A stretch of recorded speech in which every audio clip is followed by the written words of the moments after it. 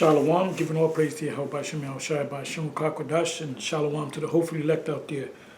I don't know how I'm going to go with this. I don't know how long this is going to be, but I'm going to just go right into it. Anyway, this is from the book. Anyway, let me give this video a title. I almost forgot. The title I'm going to give this video is The Northern Kingdom Came to the Americas, or are in the Americas to this day. So the Northern Kingdom came to the Americas. Simple, basic, straightforward title, and that brings controversy with the so-called community of Israel, the different Israelite groups you have. You got to go back to High Priest Ariel, you got to go back to One West, you got to go back to Abba, you got to go back to the 7. And when I came in, the 12 tribes, one of the first things I saw was the 12 tribe chart in the school. If you're looking at the One West, you're sitting down, you're facing this big window. If you look out the window, you would see, 125th Street. And on the left-hand side, if you're standing looking out the window, you had the 12 tribe sign. You had other signs out there too, other relics. But that was a prominent sign, which was the 12 tribe sign. And what was unique about this Israelite group, so I come to realize the truth came out of One West.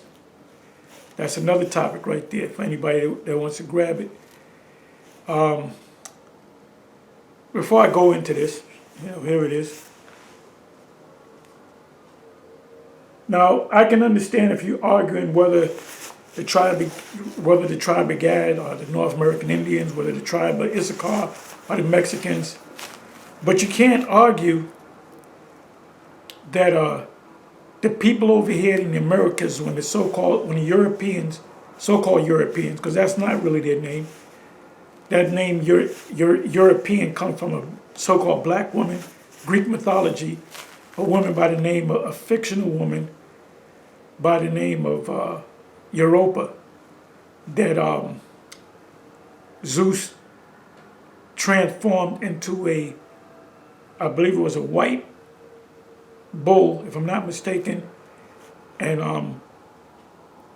caused her to jump on his back, and then he took her up to the heavens and popped her. So the woman Europa never existed, but if she had existed, she was a black woman. Zeus was a so-called black man, a black god. Poseidon was a black god. Hades was a black god. Kronos, the father of Zeus and his brothers and sister, I believe he had one sister, they were all black. And I forget the name of his mother, but the father's name was Kronos, which is Greek for time, which Jake came up with that. Anywhere Jake goes, they give, whatever place that they go, they give it flavor. So Esau didn't come up with Zeus and Greek mythology. Jake came up with the whole Greek mythology thing. Anyway, so it says Lost Tribes in Promised Land is a compelling analysis of facts, beliefs, legends, superstitions, and the ways in which they interact to shape America's racial history. That's Newsweek. Lost Tribes in Promised Lands, the origins of American racism.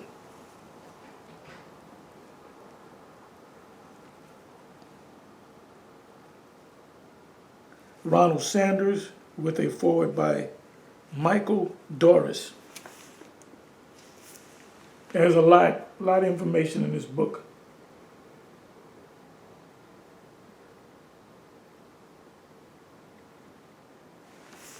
So I'm reading the back of it.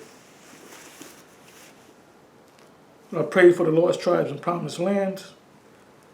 It says intriguing and controversial thesis that would be certain to generate much debate.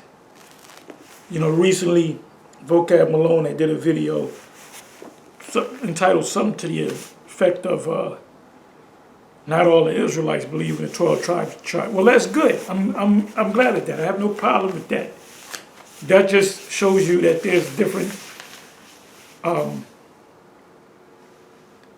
different philosophies, different forms of teaching. But it is established that the main group that they go after are the groups of the former One Westers, the IUICs, the ISUPKs, the GMSs, the HODCs, the GOCC, and more recently the other groups like Sakari and the various other groups that actually stem not from the seven. None of those individuals stem from the seven, so they didn't know King Mashar, High Priest Ariyah. And by the way, we're the only group that still teaches that Mashar is King David, and Ariyah is John on the Isle of Patmos. None of them other groups teach that. Or if they do believe it, they don't push it. They don't make a big deal of it. Now you have other groups like Sakari that stem from GMS. So the leadership or the members of Sakari never met Ariyah, never met Mashar, never met Yaquab, never met any of the seven, never been to the school. A lot of them weren't even born when I went to the school. And that's a fact. When I was going to the school learning, you guys wasn't even, your parents were kids. Ain't that something? Anyway, let me read a little bit more. If any precepts come to mind, I'll bring them up. If not, y'all can help me on the comment section. When you come on the comment section, you know, wipe your feet at the door. I got that from my man, Blue Blood TV. Anyway, when you come up in there, you say shalom, and then you fill that section with precepts. Hey, look, the other day I went on.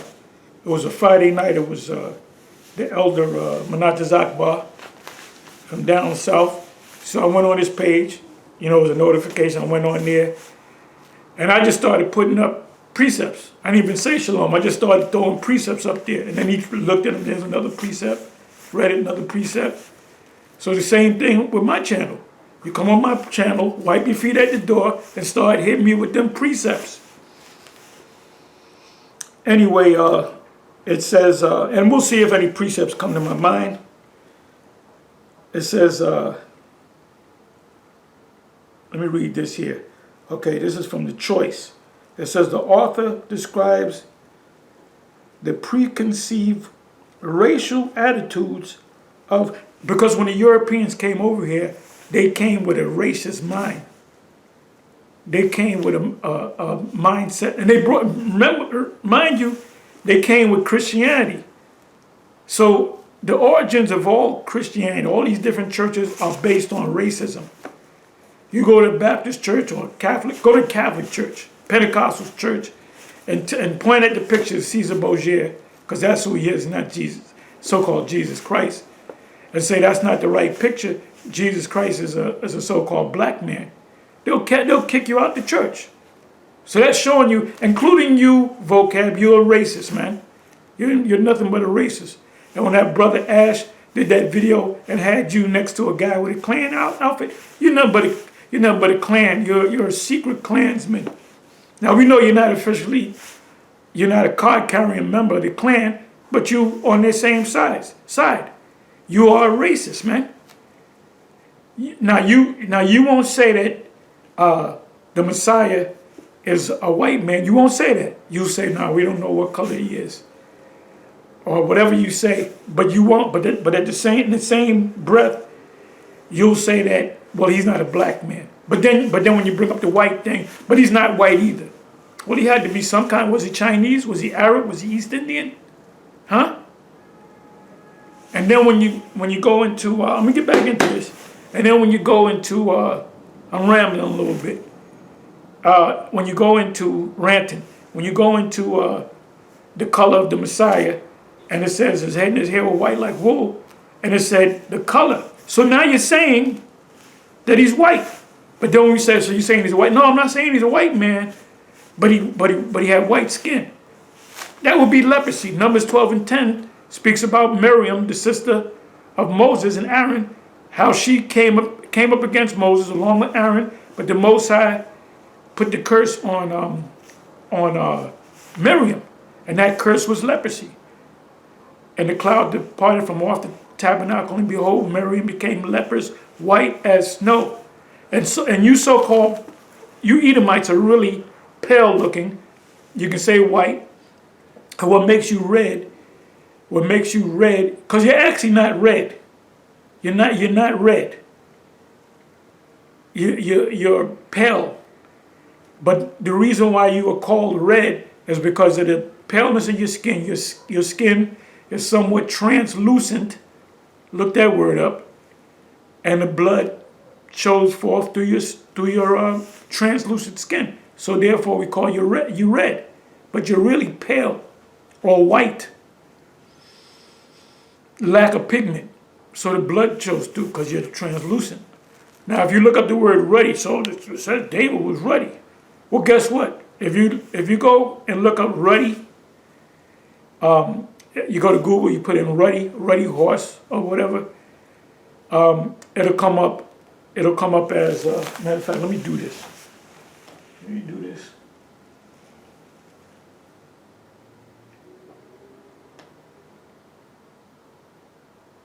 Bear me for a minute.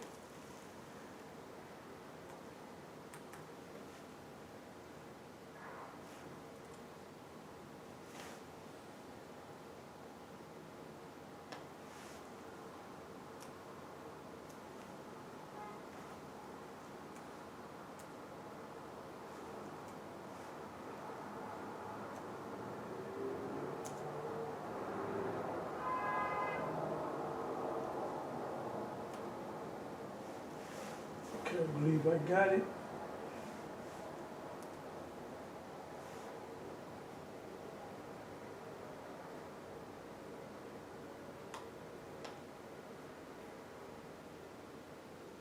So now I looked up the word ruddy, right? I put in ruddy horse. A bunch of images came up. Let me go right here.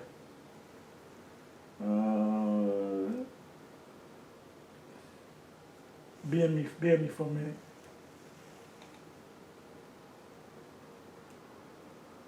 Where's the damn image at? Okay, beautiful. The ruddy duck. Now look at that real closely. We're gonna kill that BS about ruddy. Oh, David was ruddy. Okay, that means he could have, and it has nothing to do with color. He was young and tender. That's why Goliath didn't want to fight him. He said, "You young blood." Now look at the duck. Ruddy.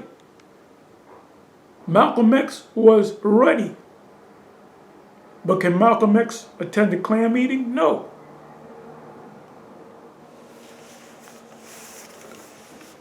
You can see the brown, the reddish brown, like myself. You can say that I'm ruddy. I'm about the complexion of Malcolm X, a little bit lighter. Let me bring it back. I'm just ranting a little bit.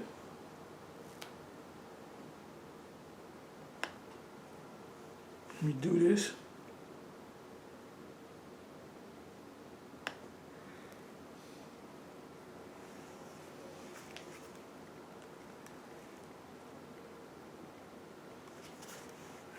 Bear me for a minute.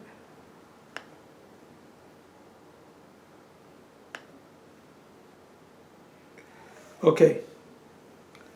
So this is what come up when I clicked on ruddy.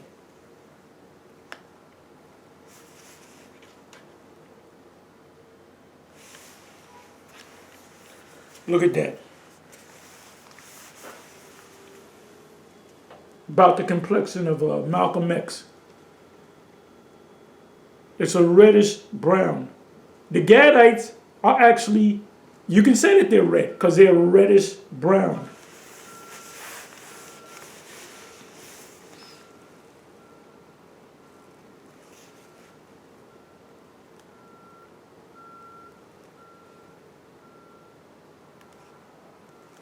None of these horses look like a so-called white man as far as complexion or color is concerned. Look at that.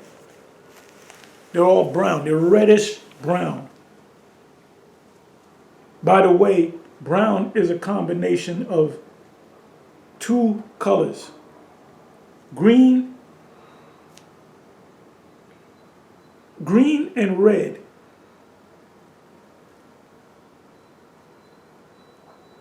Red is a primary color, and green is you can say a secondary color. Green is a combination of, I believe it's blue and yellow.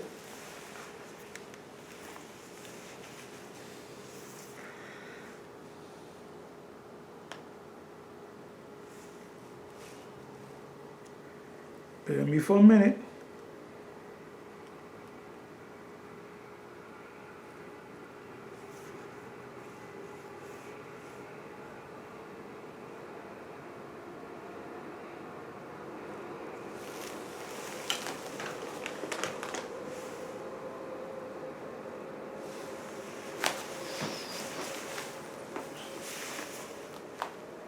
So now let me come back and read this. Okay, it says, I'm going to go to choice. Let me read it again if I didn't read it. The author describes the preconceived racial attitudes of Portuguese, European descent, Spanish, French, and English explorers from 1400 to 1700. Read again. The author describes the preconceived racial attitudes of Portuguese, Spanish, French, and English explorers from 14 to 1700, and examines how their original views, which everything is white. God is white in heaven. The angels are white. Adam is white, so-called white. Eve is white. The Israelites are white. It says in the Israelites, the Most High is a so-called black man. Daniel 7. The Israelites were so-called people of color. So when this man came over here with his Christianity, he said everything is white. And he said, to prove it, I'm going to tear everything down as black in Europe and put up white people, which is called Renaissance art. Renaissance art, or the Renaissance, the European Renaissance, is nothing but, that's racism. That's nothing but racism, man. They saw the original images of the people of that land, the Israelites, the prophets, our Lord, the priests, that they were all people of color that had woolly hair for the most part. Some of them had curly hair. Samson, Moses, all of the prophets, they portrayed them as all being so-called white people, which is a big lie, it's a major lie. What does Job 9:24 say?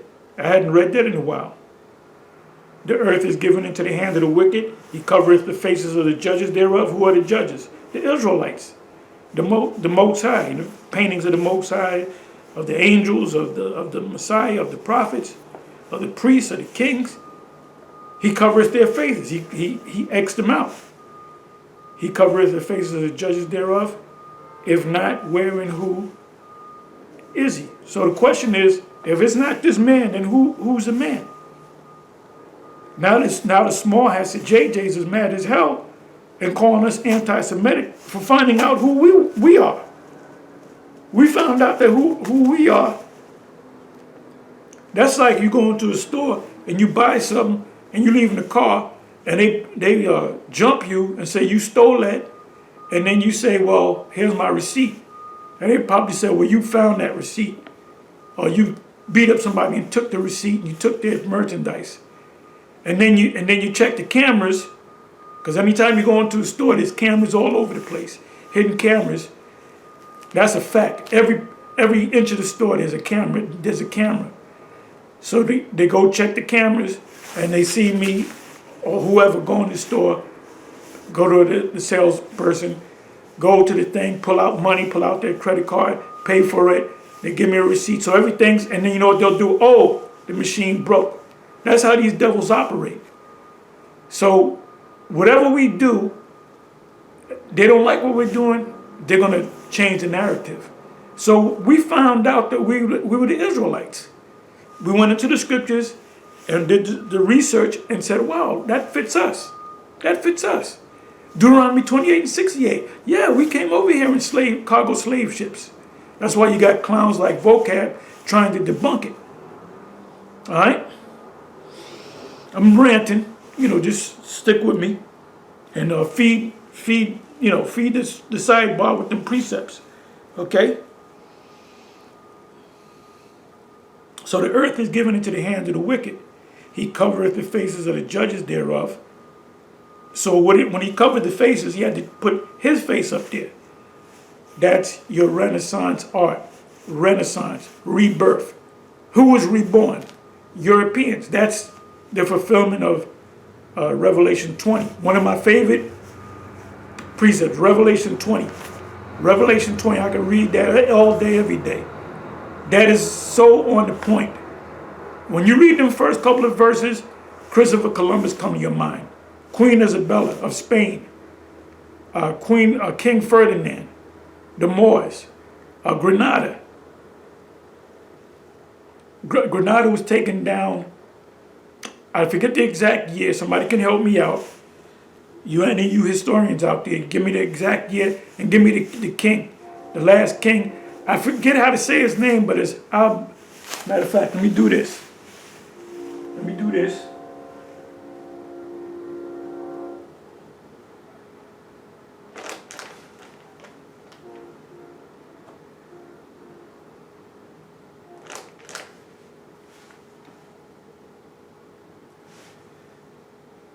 The last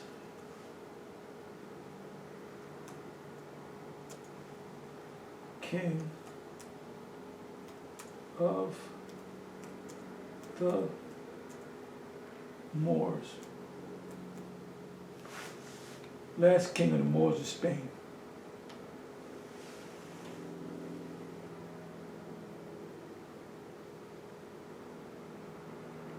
Okay, they give you his Muslim name.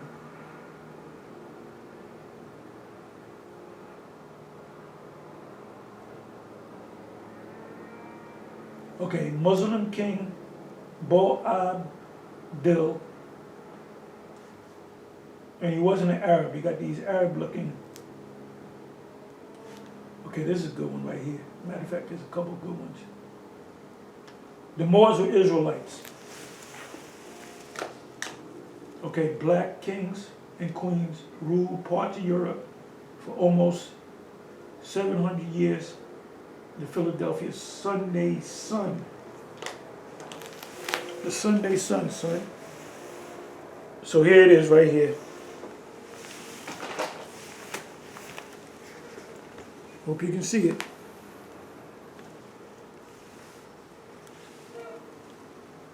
Hope you can see it. You see that they're black people. Don't let me have to pull out an icon book. Don't let me have to pull out, I have a Renaissance book. Renaissance art.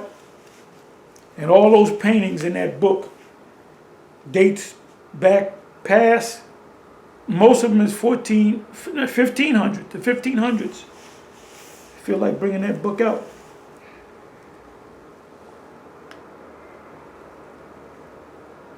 Here's another one. 15 facts about Moors, black kings and queens who ruled and civilized Europe, the African history. This is when we was on top, and the Moors were Israelites. Even the current Moors are saying that today. There it goes.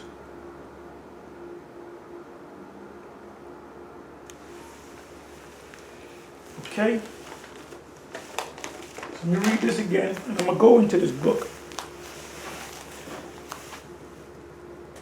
It said the author described the preconceived racial attitudes of Portuguese, which are racist, Spaniards, racist, French, racist, and English explorers, all races, from 1400 to, so this is even before Christopher Columbus sailed the ocean blue, to 1700, even today, and examines how their original views, everything being white, were strengthened or revised as they encountered natives in Africa or the Americas, because you had the Southern Kingdom and the Africas, and then you had the Northern Kingdom, which was for the most part, which was in the Americas. You had a few of the Northern Kingdom sprinkled among the Kingdom of Judah. That's where Anna, the prophetess that was up in age of the tribe of Asher. So let me just open this. I'm not going to go real long, but anyway, this is page 164 of Lost Tribes and Promised Lands, and this is what it says.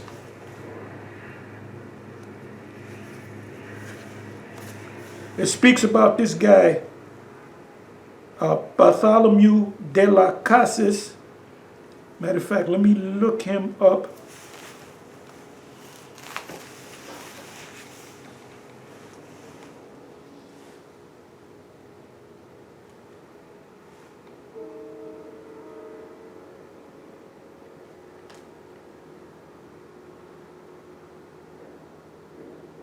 Okay, so Boabdil,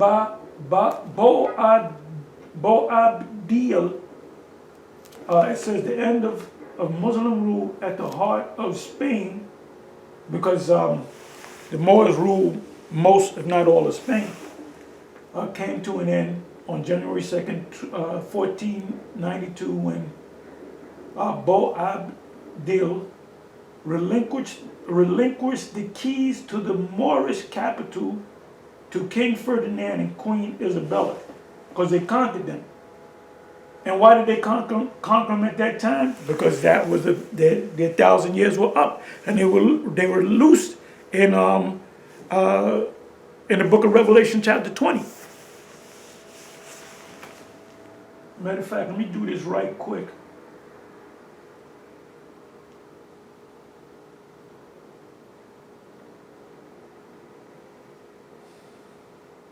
Bear with me for a minute.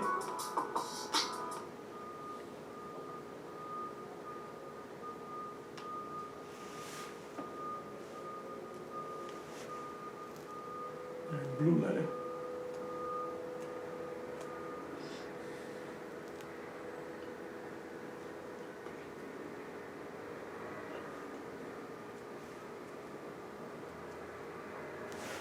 Okay, here we go. Blue letter Bible.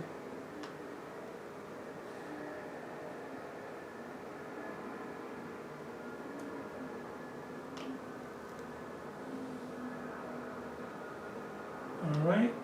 I'm going to go right here to Revelation 20. Revelation 20, verse 1. And I saw an angel come down from heaven having the keys to the bottomless pit. And you know what I'm going to do? Let me do this. The bottomless pit. See what the word pit translate to.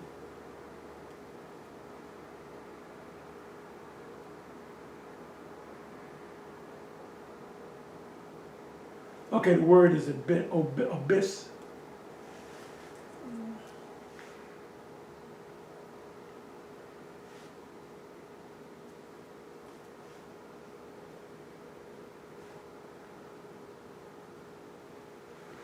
Which is Europe, and that's another lesson. and a great chain in his hand. It was a spiritual chain. See, the reason why we're underneath Esau is because there's a spiritual curse on us. This curse is spiritual. That's why it says in Deuteronomy 28, anywhere you go, the curse is going to follow you. But guess what? You see Jake doing good, right? Because the Most High is lifting the curses. We don't have it as bad as we had it back in hardcore slavery. We're talking 100 some odd years ago, 200 years ago, 400 years ago, 300 years ago.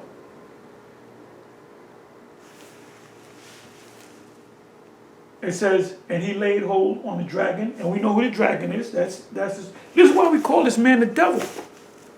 Because the scriptures, just anytime we read about Esau or who the enemy is, it always goes back to the devil.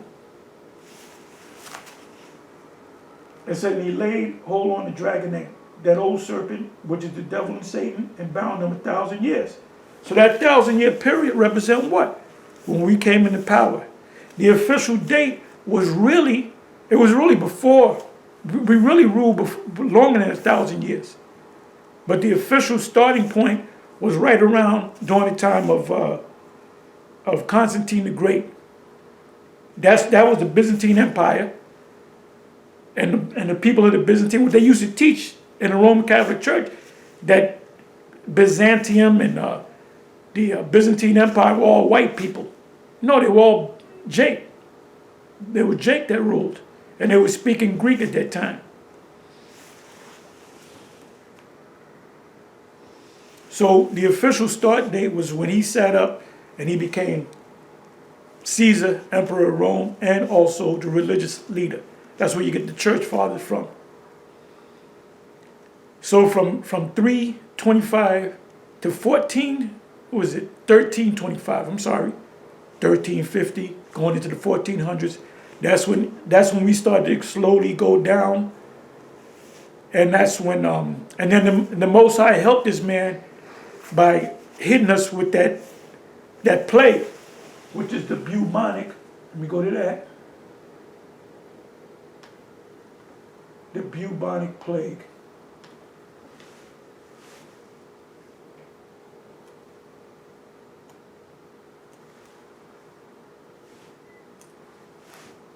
Bubonic plague.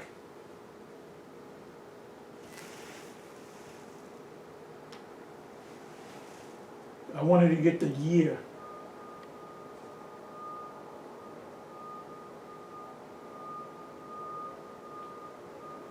They ain't giving me the year.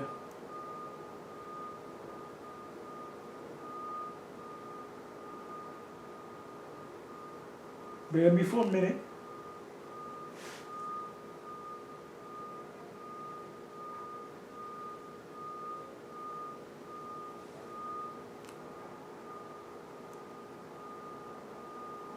They don't want to give me the year.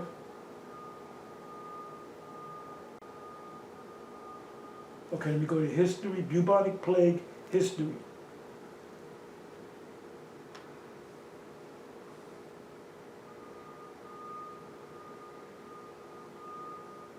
Wow, now check this out. It says the Black Death or the bubonic plague, also known as the pestilence, the great mortality of the plague, was a bubonic plague pandemic occurring in Western Eurasia and North Africa from 13. Who was living in North Africa? Jake. Who was living in Europe, especially Spain? Jake. So our 1,000 years were up. So the Most High had to cut us down.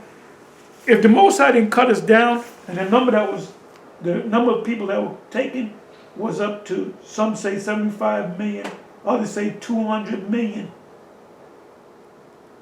It says in North Africa from 1346 to 1353, it is the most fatal pandemic recorded in human history, causing the death of 75 to 200 million people, peaking in Europe from 1346 to 1353, peaking in 1347 to 1351.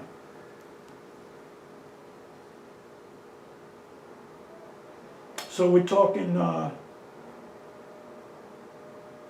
About 7 years. 6 to 7 years. Because there's a thing called herd immunity. The weak ones are going to die. The babies, the newborns are going to die. The old people are going to die. The sick people are going to die.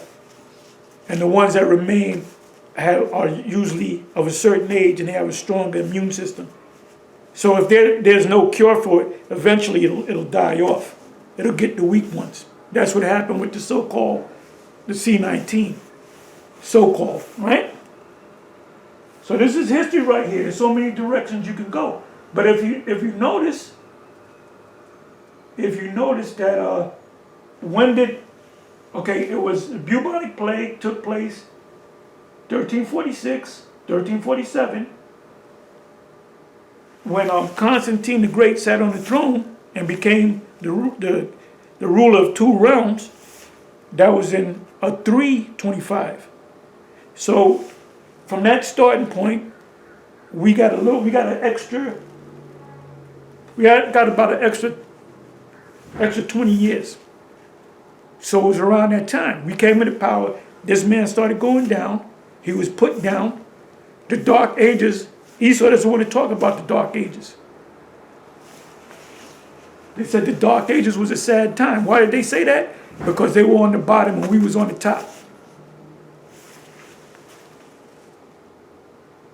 So who sent that plague? Who sent that plague? The Most High sent that plague. Because why? Because he looked at his divine watch and he said, okay, now it's time to bring my people back down and put the curses back on them, and to bring this people, the Edomites, up. Esau came up because the Most High put the spirit on this man to come up in power. The Most High guided this man to do what he's doing today. So now he's going down. So you know what I'm gonna do? Let me I'm going a little long. Let me just read this and then I'll close. Okay, so it says, well, I started reading it. It says,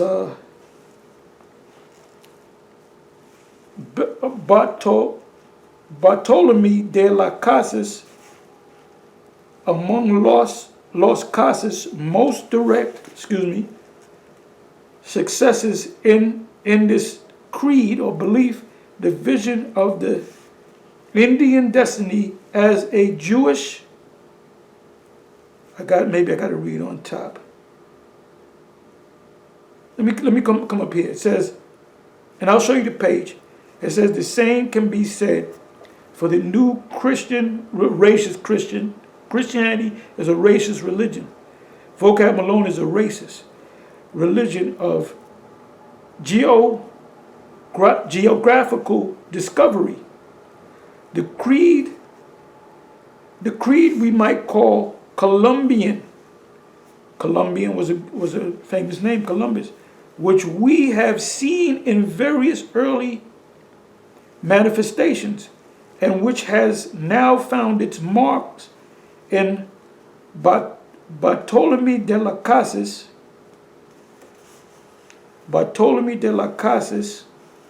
among las Casas' most direct successes in this creed, in this belief. The vision of the Indian destiny as a Jewish one is far more explicit, for they will see the new world natives as what? As descendants of the lost tribes of Israel. Las Casas evidently did not share this view, nor is there any direct evidence that he consequently perceived the Indians in terms of the historic condition of what? Of Jews in new Christians.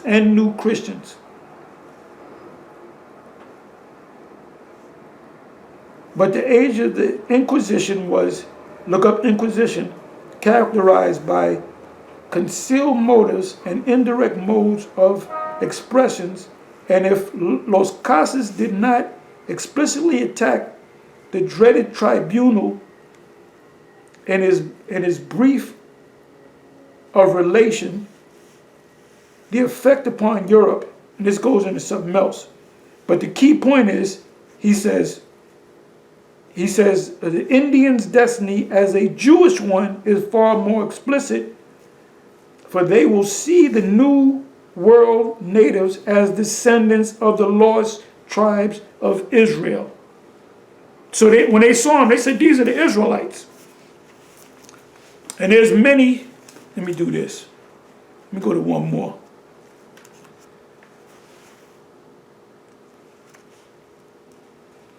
Okay, this is not it. Okay, I believe it's right here. This is page. That was page 164. This is page 168 of Lost Tribes in Promised Land.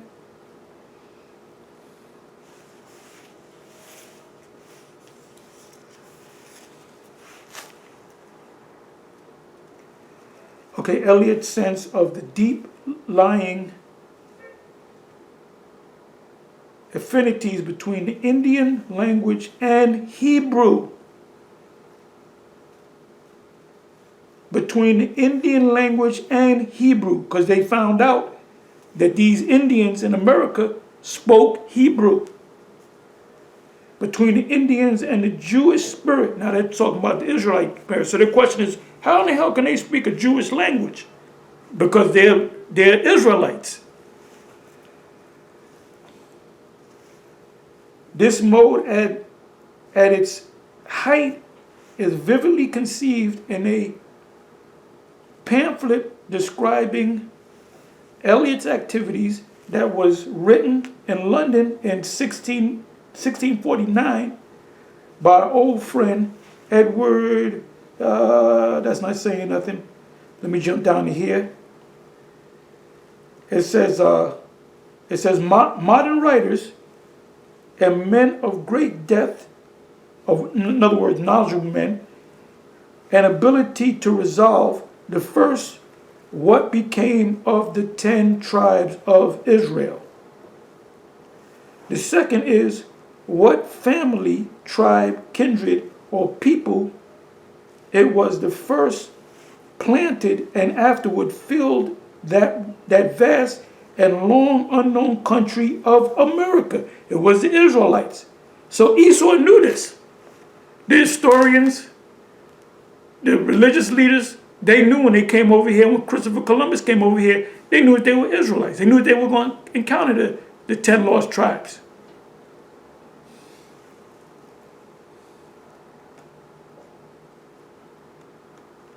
Let me jump down to here. Okay, so it goes on and says, of the 10 lost tribes, Manasseh, that's not the tribe of Manasseh, a man by the name of Manasseh, had answered that at least some of them were in America. And Winslow, who had himself often observed customs among the Indians, the Americans, the natives, of a purportedly Judaic character. That's what James Adair said when he traded with him. He said there were certain words. He said the word for fire they would call ash, which is Hebrew for fire. They would call on Yahweh. Their customs was that of the ancient Hebrews.